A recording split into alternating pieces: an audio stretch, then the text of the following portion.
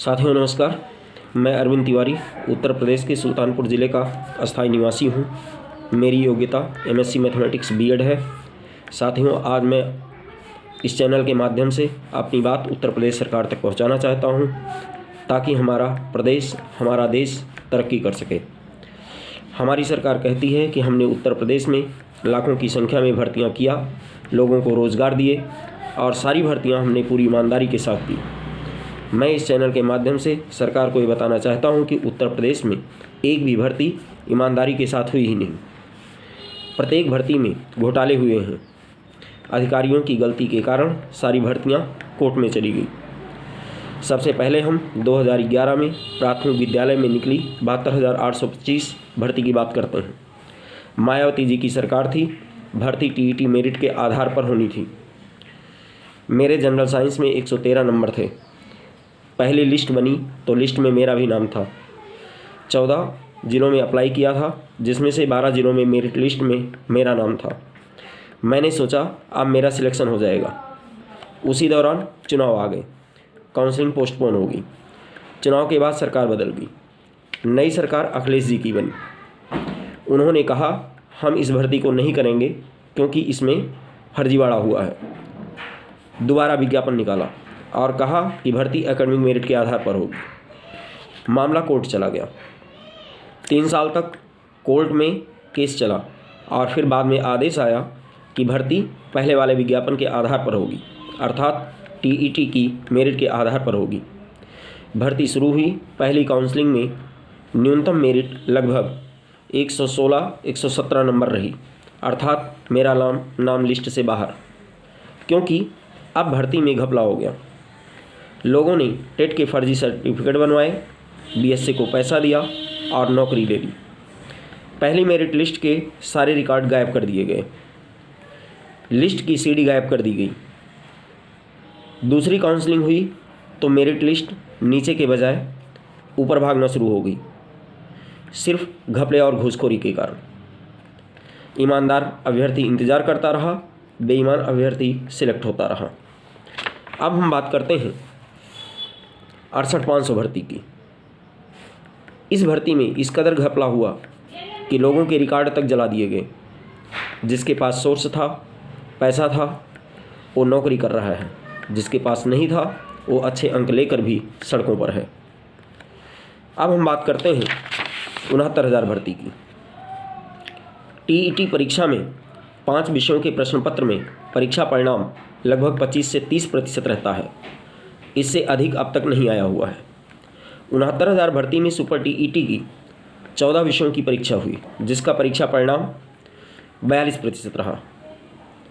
ऐसा क्यों हुआ कि 5 विषयों की परीक्षा में 25 से 30% रिजल्ट और 14 विषयों की परीक्षा में 42% रिजल्ट? ऐसा इसलिए हुआ क्योंकि इसमें भी घपला हुआ, बेईमानी हुई। बहुत सारे लोग पैसे देकर क्वेश्चन पेपर या फिर आंसर की आउट करवा लिए। बहुत सारे लोग इस भर्ती में पकड़े भी गए, जिनके ऊपर गैंगस्टर लगी। लेकिन उनका क्या हुआ? जिन्होंने इनके माध्यम से नकल की और अच्छे अंक प्राप्त कर चयन लिस्ट में शामिल हो गए। कितने लोग तो 31,600 में नौकरी कर रहे हैं और कितने 37,339 की लिस्ट में चयनित हैं। मेरी सरकार से अपील है कि ऐसे लोगों को चयन सूची से बाहर करे और इनके स्थान पर उन लोगों को अवसर दे जो वास्तव में योग्य हैं। सरकार से मेरा एक अनुरोध और भी है कि कोई भी भर्ती एकेडमिक मेरिट के आधार पर बिल्कुल भी ना करे, क्योंकि उत्तर प्रदेश में बहुत सारे ज़िलों में ऐसे परीक्षा केंद्र हैं जहां खुलेआम नकल होती है। दूसरे विद्यार्थियों द्वारा पेपर लिखे जाते हैं और लोग अच्छे अंकों के साथ हाई स्कूल, इंटर व स्नातक की डिग्री हासिल कर लेते हैं। अब यदि एकेडमिक के नंबर मेरिट लिस्ट में जुड़ते हैं तो इनका नाम मेरिट लिस्ट में ऊपर होता है, जबकि इन्हें आता जाता कुछ नहीं। फिर सरकार तो 2 परीक्षाएं ऑलरेडी ले रही है, पहला टीईटी, दूसरा सुपर टीईटी। मेरा सुझाव है कि शिक्षक की आने वाली भर्तियों में एकेडमिक अंक न लगाकर 40% अंक टीईटी के और 60% अंक सुपर टीईटी के लगाकर उसके आधार पर मेरिट बनाकर चयन करना चाहिए।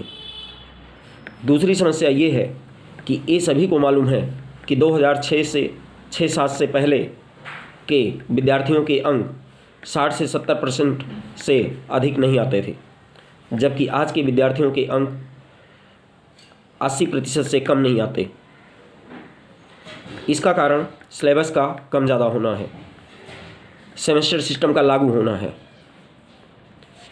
अगला पॉइंट, मैं मानता हूं कि बीजेपी सरकार बहुत ईमानदार है और सारी भर्तियां ईमानदारी के साथ करना भी चाहती है, परंतु हो नहीं पाती क्योंकि इसके जिम्मेदार भर्तियों में शामिल अधिकारी और बाबू लोग हैं, जो चंद रुपयों के लिए अपना ईमान बेचकर अपने प्रदेश और देश के योग्य अभ्यर्थियों के साथ विश्वासघात करते हैं।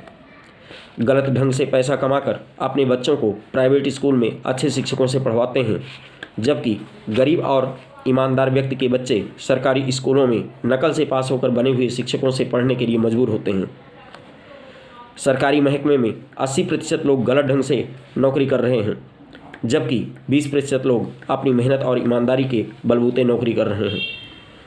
उपरोक्त कही गई बातें उन 20% लोगों पर लागू नहीं होती जो वास्तव में ईमानदार हैं, मेहनती हैं और अपने दम पर नौकरी हासिल की है। अंत में सरकार से एक अपील और कि गलत ढंग से नौकरी पाने वाले या फिर नौकरी दिलाने वाले जो भी अधिकारी, कर्मचारी या नेता पकड़े जाते हैं, उन्हें नौकरी से बर्खास्त करें, उनके वेतन की रिकवरी करवाएं, 420 का मुकदमा चलवाएं, ताकि भविष्य में लोग गलत काम करने से डरें। तभी हमारा प्रदेश तरक्की करेगा, हमारा देश तरक्की करेगा। धन्यवाद।